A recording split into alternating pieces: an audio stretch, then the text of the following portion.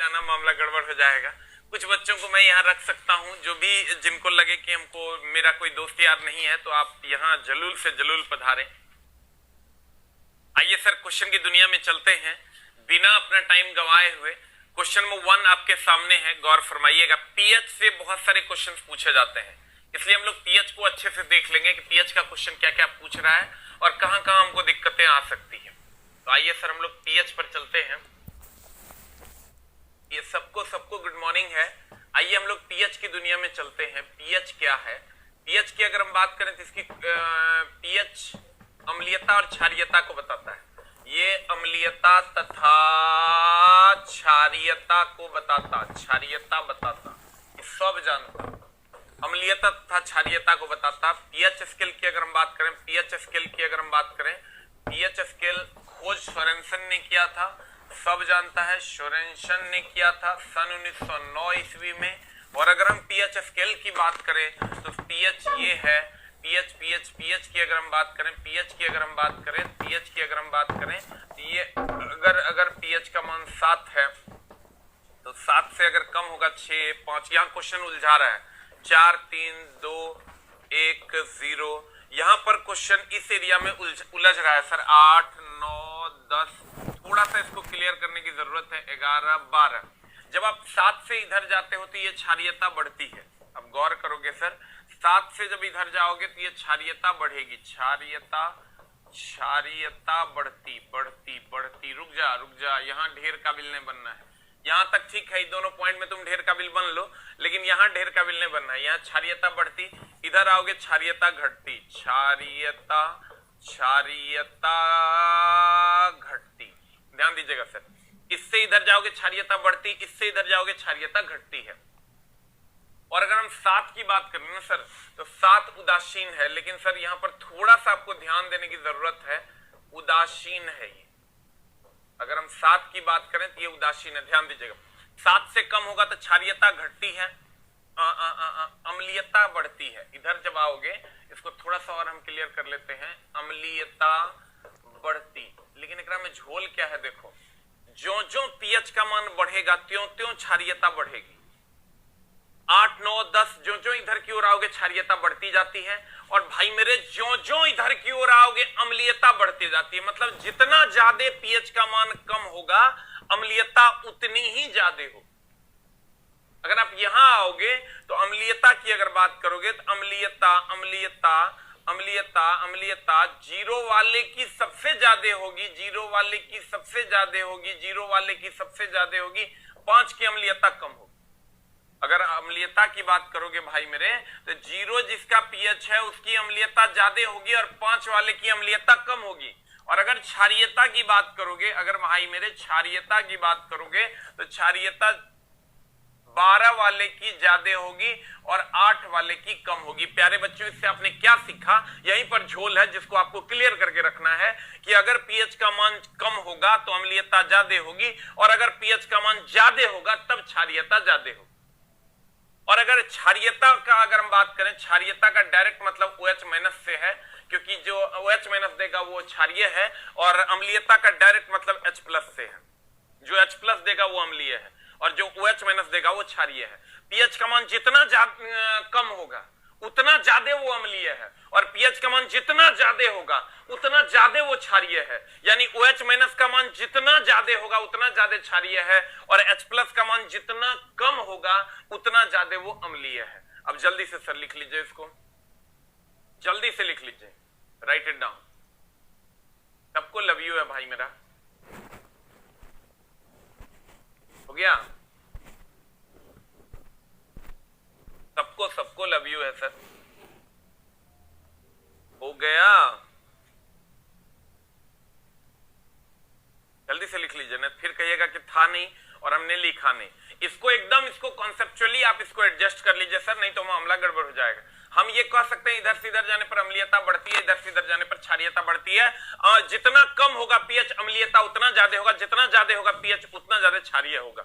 और एक चीज और सर, एक चीज और आपको क्या करनी है, पीएच की अगर हम बात करें और H प्लस की बात करें तो इसको प्रॉपरली ध्यान में रखना। पीएच अगर 2 है तो ये 10⁻⁻2 होगा, ये 3 होगा तो 10⁻³ होगा, और ये 4 होगा तो ये 10⁻⁴ होगा।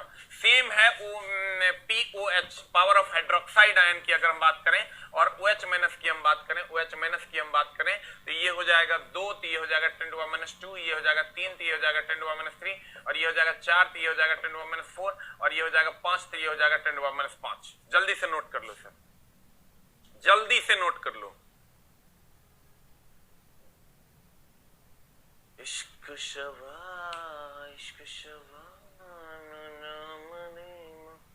एकदम खट से क्वेश्चन जैसे कहे H प्लस का मान 10⁻², तुम कहना पीएच का मान 2। अगर क्वेश्चन कहे 10⁻3 तुम कहना 3, अगर कहे 10⁻4 ये कहना 4। एक और रिलेशन याद कर लो, अगर तुमको पीएच और पीओएच में अगर मामला गड़बड़ा है तो तुम याद रखना, अगर पीएच बोले तो पीओएच बोले तो 14। अगर तुमको मान लो कि 10⁻² दिया हुआ और POH मांग ले तो कहना 10⁻² है तो ये 2 है, 2 है तो यहाँ 2 रखेंगे, इस साइड जाएगा तो POH 12 हो जाएगा। उससे भी नहीं हो, अगर H plus into OH- is equal to 10⁻⁻14 होता है, तो यहां सर आप जान लीजिए कि यहां अगर आपको H प्लस का मान दे दिया 10⁻², या 10⁻² रख देना, इसको इस साइड लेके चल जाना, OH- निकल जाएगा। तो ये पूरे का पूरे खतरनाक टाइप का जो झोल है इसको आप शॉर्टकट में निकाल सकते हो एकदम आराम से। ये 2 होगा तो ये 10⁻² होगा, ये 3 होगा तो ये 10⁻3 होगा, और अगर ये 10⁻3 होगा तो ये 3 हो जाएगा। Right it down. हो गया? पीडीएफ मिला हुआ है सर, पीडीएफ गया हुआ है। हो गया? हो गया। द नेक्स्ट वन इज, अब क्वेश्चन पे आते हैं सर। कहता है पीएच का मान 7 से 14 की ओर बढ़ता है। इस क्वेश्चन को तो तुम खा पी जाओगे। पीएच का मान 7 से 14 की ओर बढ़ता है, यह क्या दर्शाता है? ये 7 से 14 की ओर बढ़ रहा है। 7 से 14 की ओर इधर की ओर बढ़ रहा है। इसका मतलब क्षारीयता, अल्कलाइन इसी को कहते हैं, क्षारीयता बढ़ती है। बता क्या होगा? क्षारीयता बढ़ती है, ये नहीं दिया है, यानी क्षारीयता बढ़ती है मतलब OH- का मान बढ़ेगा। OH- के सांद्रता में H प्लस के सांद्रता में कमी, OH- के सांद्रता में वृद्धि। B4 ball is the answer. B4 ball is the answer. होगा? तो इतने टाइप के क्वेश्चंस पीएच से पूछे जा रहे हैं। जो जो इधर आओगे अम्लीयता बढ़ेगा और पीएच का मान घटते जाता है, जो जो इधर जाओगे क्षारीयता बढ़ेगा और पीएच का मान बढ़ते जाता है। बार बार हम बोलते हैं, चला एकदम ध्यान से समझ लेना। अगले क्वेश्चन में चलते हैं। जो क्वेश्चन घूम घूम के आता है, वह रासायनिक बंधन कौन सा है जिसमें परमाणुओं के संयोजन से अणुओं का निर्माण होता है? सर ये क्वेश्चन थोड़ा सा कंफ्यूजिंग आपको लगेगा, लेकिन इसमें हम सारे फोर्स को ले आए हैं और सारा फोर्स आपकी सेवा में उपस्थित है। आंसर बताइए क्या हो जाएगा? 2 का अगर आंसर की बात करें, क्वेश्चन क्या है? वह रासायनिक बंधन कौन सा है जिसमें परमाणुओं के संयोजन से अणुओं का निर्माण होता है? यहां बहुत सारे बच्चे क्या मारेंगे बताइए? आंसर क्या होगा? कुछ लोग इसमें बी नंबर मारेंगे, कुछ लोग इसमें सी नंबर मारेंगे, कुछ लोग इसमें ए नंबर मारेंगे। बताइए आंसर क्या होगा? What is the answer? जल्दी से, कुछ लोग ए भी मार रहे हैं। देखिए कहता वह रासायनिक बंधन कौन सा है जिसमें परमाणुओं के संयोजन से अणुओं का निर्माण होता है? देखिए सर ये क्वेश्चन बड़ा कंफ्यूजन वाला है, इसलिए सर एकदम आपको एकदम प्रॉपर तरीके से ध्यान में रखना होगा। पहले तो आप अणु और परमाणु में अंतर समझिए। अणु और परमाणु में अंतर ये है, सोडियम का जो सूक्ष्मतम कण होगा, एकदम आराम से सर, बी कंफर्टेबल। आधे से बच्चे, ज्यादा बच्चे तो सर अणु और परमाणु में अंतर नहीं समझ पाते हैं। अगर हम सोडियम की बात करें सर, अगर हम सोडियम की बात करें तो सोडियम की बात करें, सोडियम तत्व है। सोडियम क्या है सर? तत्व की बात करें सोडियम, इसका अगर सूक्ष्मतम कण लोगे आप, सूक्ष्मतम कण ले लोगे तो सूक्ष्मतम कण इसका हो जाएगा परमाणु। और अगर यौगिक ले लेते हैं हम, यौगिक बोले तो H2O, अगर यौगिक H2O ले लेते हैं और इसका सूक्ष्मतम कण ले लेते हैं सर, इसका सूक्ष्मतम कण ले लेते हैं, तो ये भी हो जाएगा अणु। इसका प्रॉपर ध्यान रखना। अगर तत्व का सूक्ष्मतम कण परमाणु होता है और यौगिक का सूक्ष्मतम कण अणु होता है। तत्व का सूक्ष्मतम कण परमाणु होता है और यौगिक का सूक्ष्मतम कण अणु होता है। क्लियर? तत्व का सूक्ष्मतम कण परमाणु होता है और यौगिक का सूक्ष्मतम कण अणु होता है। क्लियर? अब जल्दी से सर इसको लिख लीजिए। लिख लिए? अब क्वेश्चन में जब जाइएगा 13 फीट नीचे का क्वेश्चन आता है, इससे पहले इसको लिख लीजिए, फिर बाद में नहीं करना कि लिखे नहीं। राजस्थान की राजधानी से प्रणाम। वाह, वेरी गुड, हो गया। अब देख लो सर, कहता है वह रसायन, जैसे ये क्वेश्चन मिलेगा ना, लड़का अभी तो तुम सी बोल रहे हो, तुम्हारे पास अगर आंसर है तो, और ए नंबर भी बोल सकते हो तुम, सी नंबर भी, इसमें आपकी कोई गलती नहीं है। कुछ लोग बी नंबर भी बोल रहे हैं, कुछ डी भी बोल ही रहे होंगे। वह रासायनिक बंधन कौन सा है जिसमें परमाणु, देखो ये तत्व है जिसमें न्यूट्रॉन और प्रोटॉन है, इसके चारों तरफ इलेक्ट्रॉन चक्कर लगाता है, ठीक है। और ये कोई दूसरा तत्व है, न्यूट्रॉन और प्रोटॉन है इसमें, इसके चारों तरफ इलेक्ट्रॉन चक्कर लगाता है। अब मामला क्या है, वह रासायनिक बंधन कौन सा है जिसमें परमाणुओं के संयोजन से अणु का निर्माण होता है। ये एक परमाणु है, ये एक परमाणु है, और इसके संयोजन से अणु का निर्माण होगा। तो इसके संयोजन से जब अणु का निर्माण होगा सर, तो ये आवेशों के बीच, ये इलेक्ट्रॉन पर नेगेटिव चार्ज होता है, इस पर नेगेटिव चार्ज होता है, प्रोटॉन पर पॉजिटिव चार्ज, इस पर भी पॉजिटिव चार्ज है। इसमें लोग नाभिकीय बल कहते हैं सर। नाभिकीय बल नाभिक में लगता है, इसका प्रॉपरली ध्यान रखें। नाभिकीय बल नाभिक में लगता है, और यहां पर जो इलेक्ट्रॉन और प्रोटॉन के बीच जो बल लगता है, ये बल होता है वैद्युत स्थैतिक बल। क्यों लगता है सर विद्युतीय बल? क्योंकि ये प्रोटॉन और ये इलेक्ट्रॉन है, इसके बीच लगता है सर अभिकेंद्र बल भी आप कह सकते हो। इसके बीच अभिकेंद्र बल भी लगता है, अभिकेंद्र बल, और इसी के बीच वैद्युत स्थैतिक बल भी लगता है, वैद्युत स्थैतिक बल। सर थोड़ा सा मैं इसको पतला करके लिख दूं। इसी के बीच ये जो बल लगता है सर, ये लगता है आपका क्या क्या, एक तो अभिकेंद्र बल लगता है, और दूसरा वैद्युत स्थैतिक बल लगता है।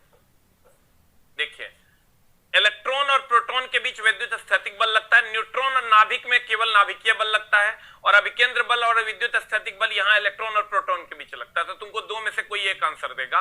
एक देगा वैद्युत स्थैतिक बल, अगर देगा तो अभिकेंद्र बल नहीं देगा, अभिकेंद्र बल देगा तो वैद्युत स्थैतिक बल नहीं देगा। इसलिए अब बताओ आंसर क्या हो जाएगा? आंसर हो जाएगा C4 कैट। आंसर क्या हो जाएगा sir? C4 cat.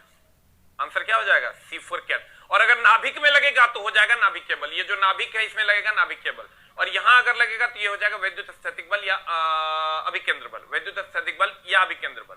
Right it down, जल्दी से लिख लीजिए सर, जल्दी से लिख लीजिए। अभिकेंद्र बल या वैद्युत स्थैतिक बल, ये हो जाएगा तुम्हारा नाभिकीय बल।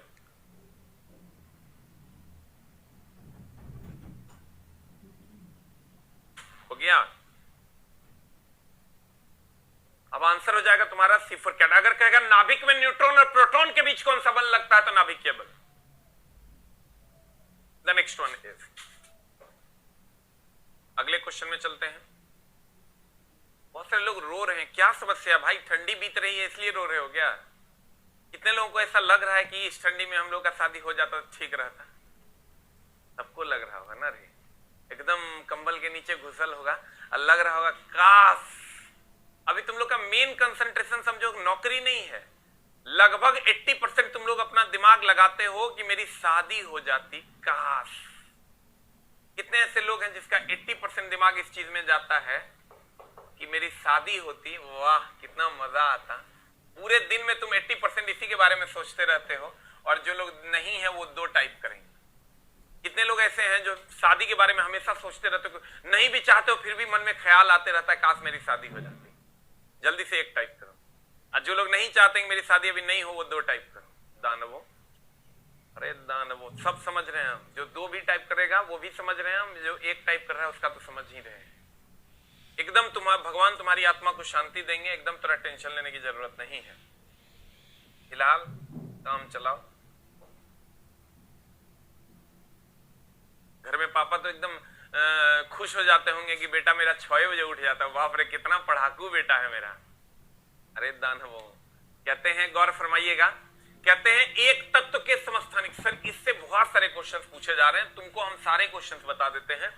कोई भी तत्व है, चला कोई भी तत्व है, जैसे मान लो कि परमाणु संख्या उसकी ए है, परमाणु संख्या अगर उसकी जेड है, परमाणु संख्या को जेड से डिनोट करते हैं। थोड़ा सा इस तत्व को इधर लिखते हैं। मान लो कोई तत्व है जिसकी परमाणु संख्या जेड है और परमाणु भार ए है, तो जेड, सर जेड अगर हम बात करें, जेड परमाणु संख्या है, इसका प्रॉपरली ध्यान रखना, उल्टा मत कर देना। और ए की अगर हम बात करें तो हम बोले थे द्रव्यमान संख्या या द्रव्यमान है, द्रव्यमान संख्या या द्रव्यमान है। तो सर मामला ये है या द्रव्यमान है, तो कहते हैं कि या भार है, एक के बात है। तो ये जेड बराबर होता है प्रोटॉन के, यही बराबर होता है इलेक्ट्रॉन के। और अगर आपको न्यूट्रॉन निकालना है तो न्यूट्रॉन बराबर होता है ए माइनस जेड। इतना पर सवाल खूब पूछा जाता है। तो तुम कहोगे सर मामला एकदम क्लियर, क्या क्या रखना है कि अगर समस्थानिक में कहेगा क्या समान होता है, तो लोग कहते हैं परमाणु संख्या समान होता है। परमाणु संख्या भी समान कह सकते हो, प्रोटॉन की संख्या भी समान कह सकते हो, लेकिन अगर प्रोटॉन और इलेक्ट्रॉन में कोई एक चुनने को मिले तो आंसर प्रोटॉन मारना, इलेक्ट्रॉन नहीं मारना, क्योंकि इलेक्ट्रॉन का त्याग या ग्रहण हो सकता है। जब इलेक्ट्रॉन त्याग और ग्रहण होता है तो वो बदल जाता है, अगर त्याग करेगा तो घट जाएगा, ग्रहण करेगा तो बढ़ जाएगा। इसलिए प्रॉपरली ये ध्यान रखना कि परमाणु संख्या बराबर होता है समस्थानिक में, प्रोटॉन की संख्या बराबर होता है, यही दो में से कोई एक ऑप्शन रहेगा। ई अगर नहीं रहेगा तब लास्ट ऑप्शन इलेक्ट्रॉन मारना, क्योंकि इलेक्ट्रॉन के कोई भरोसा नहीं खे, इलेक्ट्रॉन के कोई भरोसा नहीं है, इलेक्ट्रॉन बदलते रहता है। इसलिए पूरे के पूरे इस फेनोमेनन में इलेक्ट्रॉन पे भरोसा नहीं करना है, इसका प्रॉपरली ध्यान रखना है। जब भी तुम्हारा मामला इलेक्ट्रॉन और प्रोटॉन में फंसे, तुम प्रोटॉन के साथ निकल जाना, इलेक्ट्रॉन को छोड़ देना। अब यहां आते हैं सर, किसी भी तत्व का अगर हम लेते हैं, जैसे तुमको कह दे सोडियम है 1123 है, तो तुमको कहे प्रोटॉन कितना, परमाणु संख्या कितना, कहे ना परमाणु संख्या 11, कहेगा प्रोटॉन कितना, कहना 11, कहेगा इलेक्ट्रॉन कितना, कहना 11, और कहेगा न्यूट्रॉन कितना, तो 23 में से 11 के लोग कितने, 11 दूनी 22, 21, 12। इस टाइप के क्वेश्चंस तुमको हर जगह मिलेंगे। खाली प्रॉपरली ध्यान ये रखना है कि इलेक्ट्रॉन बढ़ेगा कब और घटेगा कब। जब त्याग करेगा तो घट जाएगा, यानी अगर त्याग करेगा तो प्लस होगा, घट जाएगा, और ग्रहण करेगा तो माइनस होगा, बढ़ जाएगा। लेकिन सर यहां पर समस्थानिक में खाली ये ध्यान रखना कि ये प्रोटॉन की संख्या जो है, केवल प्रोटॉन की संख्या पर विश्वास करना है, इलेक्ट्रॉन की संख्या पर विश्वास नहीं करना है। ठीक है। अब क्वेश्चन में अगर हम आते हैं तो एकदम कुछ नहीं करना है, जो परमाणु संख्या होगा वही प्रोटॉन होगा, वही इलेक्ट्रॉन होगा, और अगर न्यूट्रॉन की संख्या होगा तो परमाणु भार में से परमाणु संख्या को घटा देना है, तुम्हारा आंसर आ जाएगा। इस टाइप के बहुत सारे क्वेश्चंस पूछे जा रहे हैं। कहते हैं नेक्स्ट, आ जाओ इधर। एक तत्व के समस्थानिक में द्रव्यमान संख्या 298 है और यदि इसके नाभिक में इतना न्यूट्रॉन है। उल्टा कर दिया यहां क्वेश्चन ने। क्वेश्चन ने यहां क्या उल्टा कर दिया है सर? हमको पता है कि कोई तत्व है, मान लो कोई तत्व है और उसकी परमाणु संख्या जेड है, उसका परमाणु भार ए है, तो न्यूट्रॉन की संख्या अगर हम निकालते हैं तो जेड माइनस ए हो जाएगा। न्यूट्रॉन की संख्या अगर हम निकालते हैं तो जेड माइनस ए हो जाएगा, जेड माइनस ए हो जाएगा। यहां तुमको क्वेश्चन में दे दिया है जेड क्या है सर? परमाणु संख्या है, और ये क्या है? परमाणु भार है, एन न्यूट्रॉन है। क्वेश्चन दे दिया द्रव्यमान संख्या 298 है, यानी द्रव्यमान संख्या तुमको दे दिया 298, यानी ए का वैल्यू। और यदि नाभिक में इतना न्यूट्रॉन है, यानी न्यूट्रॉन की संख्या तुमको दे दिया 188, तो कह रहा है इसकी परमाणु संख्या क्या हो जाएगी? Z is equal to what? ये क्वेश्चन में पूछ रहा है। क्वेश्चन को थोड़ा सा उल्टा किया है और कुछ नहीं किया है सर। क्वेश्चन आपको ऑलरेडी दिख रहा होगा तो पता चल रहा होगा अब कि क्वेश्चन क्या कह रहा है। कहता है एक तत्व के समस्थानिक में द्रव्यमान संख्या 298 है, द्रव्यमान संख्या हमने 298 दे दिया। यदि इसके नाभिक में 188 न्यूट्रॉन है, ये 188 न्यूट्रॉन है, तो कह रहा है इसकी परमाणु संख्या जेड बराबर व्हाट हो जाएगी? तो सर इसको जल्दी से सॉल्व कर लो। जेड इज इक्वल टू हो जाएगा 188 प्लस 298, और इसको जोड़ लो, घटा लो, आंसर ले आओ। 8 8 16 के 6 कितने आता है आंसर? जल्दी से बता दो। What is the answer? D number answer आता है। आंसर आता है डी नंबर। अरे आंसर बता की होगा, 3 का आंसर बता। 110। कहां पर मिस्टेक है देखो, 110 आ रहा है। एक बार फिर, एक तत्व के समस्थानिक में द्रव्यमान संख्या 298 है, तो द्रव्यमान संख्या पर उल्टा हमने लिख दिया सर, उल्टा हम ही ने लिख दिया है, गौर फरमाइएगा, उल्टा हमने लिखा है सर। और एकदम आराम से सर, ये न्यूट्रॉन जो होता है ये A-Z होगा। न्यूट्रॉन A-Z, परमाणु भार में से परमाणु संख्या नहीं घटाएंगे रे। न्यूट्रॉन दे दिया है 188। देखो मतलब कहने का समझ रहा है, जब हम गुरुजी इतना जानकारी रखते हैं फिर भी प्रॉब्लम हुई क्या चीज में? जोड़ घटाव में। हमको लगता है जोड़ घटाव में अगर प्रॉब्लम हो गई तो 298 आप प्लस 188 कर दो तो कितना आता है? 8 8 16 9 8 17 9 8 17 1 18 2 1 3 1 4 486 आ जाएगा। हमको लगता है तुम 488 मार के निकल जाएगा, मामला गड़बड़ा देगा और मामला एकदम गड़बड़ होगा, क्योंकि जो सबसे आसान है उसी में फंसता है। जो सबसे आसान है चला उकरे में लोग फंसता है। एकदम आराम से न्यूट्रॉन इतना दिया हुआ है, द्रव्यमान संख्या दे दिया तुमको, द्रव्यमान संख्या कितना दिया है? 298, ये ले लो 298 अब माइनस जेड, तब हो जाएगा तुम्हारा जेड इस साइड आएगा और तब हो जाएगा 298 अब माइनस 188 इज इक्वल टू 110। आप अभी नहीं फंसे सर, लेकिन एग्जाम हॉल में जब 60% ब्रेन कंफ्यूज रहता है तब बहुत ज्यादा मामला गड़बड़ होता है और वहां पर आप फंस जाती हो। अगर वहां पर फंसोगे तब पता चलेगा कि सर रियल में मामला क्या है। एकदम जोड़ घटाव में लोग फंसता है सर।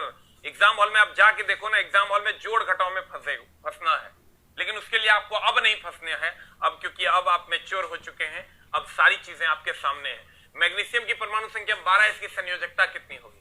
सर देखिए, किसी की भी संयोजकता अगर हो 1 2 3 4, अगर संयोजी इलेक्ट्रॉन आपको निकालने आता तो पहले सर संयोजी इलेक्ट्रॉन और पूर्व इलेक्ट्रॉन सीख लीजिए और तब संयोजकता सीख लीजिएगा, इसके खानदान का सारा काम हो जाएगा। जैसे सर आपको 2 8 8 ध्यान दीजिएगा पे, अगर आपको या 2 8 पे, अगर आपको 2 8 8 पे इलेक्ट्रॉनिक कॉन्फ़िगरेशन अगर आपको निकालने आ जाता है, जैसे सोडियम 11 है, सोडियम 11 है तो 2 8 3 हो जाएगा, 2 8 1 हो जाएगा, तो 8 2 10 1 11, इसी पर बैठा देना है खाली। 2 एकरा दे दिया, 8 एकरा दे दिया, जब बच गया एकरा दे देंगे। फिर आ जाओ तुम क्लोरीन पे, क्लोरीन होता है 17, तो ये कैसे करेंगे? 2 8 7, 2 एकरा दिए, 8 एकरा दिए 10 और 7 एकरा दिए 17। यहां पर अगर संयोजी इलेक्ट्रॉन निकालोगे चला तो संयोजी इलेक्ट्रॉन की संख्या और संयोजकता अगर बात करोगे, संयोजी इलेक्ट्रॉन संयोजी इलेक्ट्रॉन एक होता है संयोजकता, दोनों अलग अलग है। संयोजी इलेक्ट्रॉन बाह्यतम कक्षा में उपस्थित इलेक्ट्रॉन होता है, तो बाह्यतम कक्षा में कितना है? 1 और यहां कितना है? 7। और संयोजकता अगर निकालोगे तो 1 2 3 4 होगा तो वही संयोजकता हो जाएगा, लेकिन अगर 5 6 7 8 होगा तो 8 में से घटा देंगे, तो 8 में से घटा देंगे तो 8 - 7 इज इक्वल टू 1 हो जाएगा। ध्यान देना, अगर 1 2 3 4 होगा तो संयोजी इलेक्ट्रॉन ही संयोजकता होगा, और अगर 5 6 7 8 होगा तो 8 में से घटा देंगे वही संयोजकता होगा।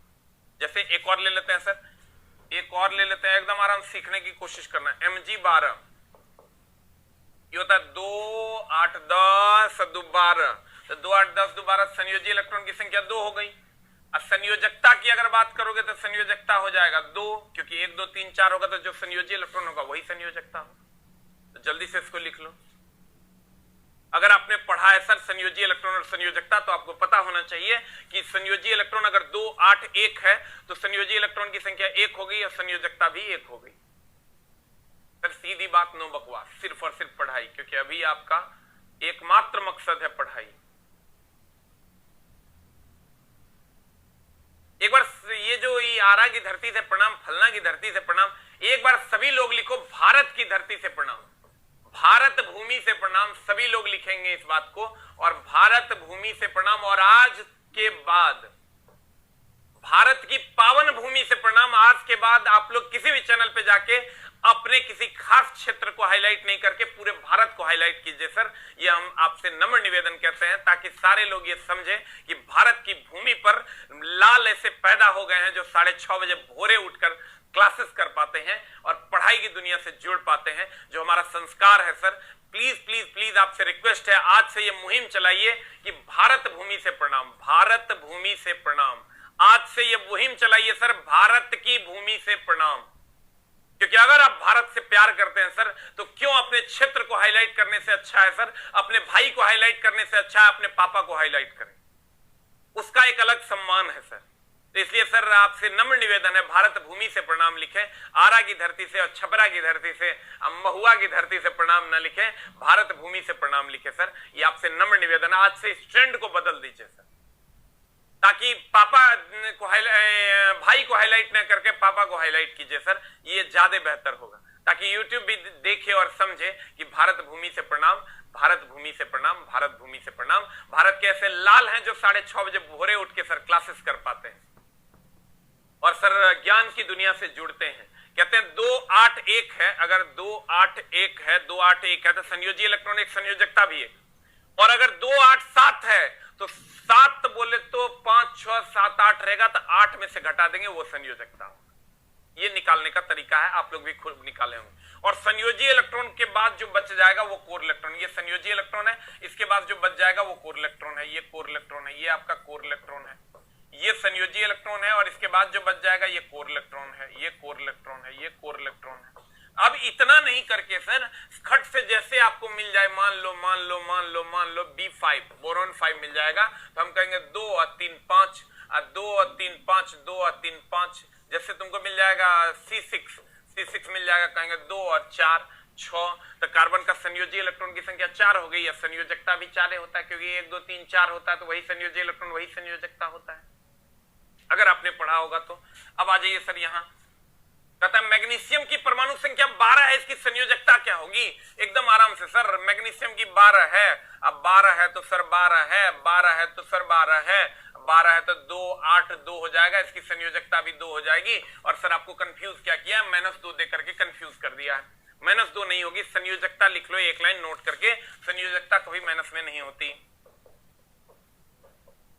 संयोजकता संयोजकता संयोजकता, या संयोजी इलेक्ट्रॉन या संयोजी इलेक्ट्रॉन या कोर इलेक्ट्रॉन या कोर इलेक्ट्रॉन कभी माइनस में नहीं होता। कोर इलेक्ट्रॉन कभी कभी कभी कभी माइनस में नहीं होता, माइनस में नहीं होता, नहीं होता, नहीं होता। जब भी होगा प्लस में होगा या जीरो होगा, प्लस में होगा या जीरो होगा। संयोजकता या संयोजी इलेक्ट्रॉन, कोर इलेक्ट्रॉन कभी भी माइनस में नहीं होता। संयोजकता या संयोजी इलेक्ट्रॉन या कोर इलेक्ट्रॉन कभी भी माइनस में नहीं होता। हो गया? आंसर बता दे भाई। आंसर हो जाएगा 4 नंबर का। अगला क्वेश्चन में चलते हैं। अगला क्वेश्चन हमारा क्या है सर? अगला क्वेश्चन में चलते हैं। अगला क्वेश्चन है निम्नलिखित में से किस तत्व का इलेक्ट्रॉनिक विन्यास है? कुछ नहीं करना है सर, इस टाइप का इलेक्ट्रॉनिक विन्यास आपको देवे करेगा और इसी से तुम सब निकाल लोगे। देखो क्या क्या निकाल लोगे, 2 8 3 मान लो है, इससे तुम क्या क्या निकाल सकते हो? आवर्त निकाल सकते हो, आवर्त निकाल सकते हो। आवर्त निकालोगे कितना? 1 2 3 है, तो ये तीसरा आवर्त हो गया। कक्षा की संख्या निकाल लो।